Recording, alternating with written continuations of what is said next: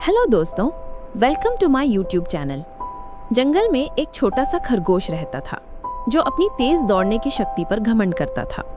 वो हर जानवर से कहता कि मुझसे तेज कोई नहीं, मैं ही इस जंगल का सबसे तेज धावक हूँ। एक दिन शेर ने सोचा कि इस खरगोश का घमंड तोड़ना जरूरी है।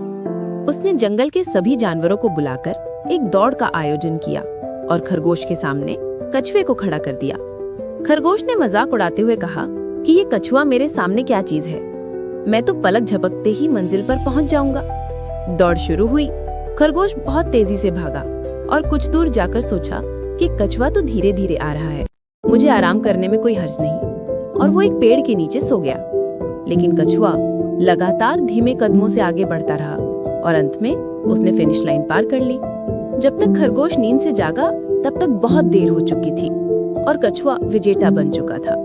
खरगोश को बहुत शर्मिंदगी हुई और रात भर वो सोचता रहा कि गलती कछुए की ताकत में नहीं बल्कि मेरी लापरवाही में है। अगर मैं मेहनत और लगन से दौड़ता तो हारता नहीं। अगली सुबह जंगल में फिर से शेर ने एक नई दौड़ की घोषणा की, लेकिन इस बार दो रास्ते चुने गए। पहला छोटा लेकिन कांटों और चट्टानों से भरा हुआ कठिन रास्ता और दूसरा लंबा मगर आसान और सीधा रास्ता। खरगोश ने ठान लिया कि इस बार वो अपनी मेहनत और हिम्मत से सबको दिखाएगा। उसने कठिन और छोटा रास्ता चुना, वहीं कछुए ने हमेशा की तरह आसान रास्ता चुना। दौड़ शुरू हुई।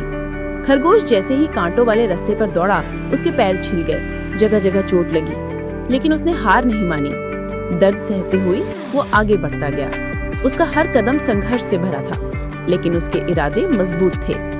दूसरी तरफ कछुआ धीरे धीरे लंबा रास्ता तय कर रहा था, मगर खरगोश अपने दर्द और तकलीफ के बावजूद आगे बढ़ता रहा और आखिरकार वो सबसे पहले फिनिश लाइन तक पहुंच गया। जंगल में तालियों की गड़गड़ाहट गूंज उठी। शेर ने खरगोश को विजेता घोषित किया।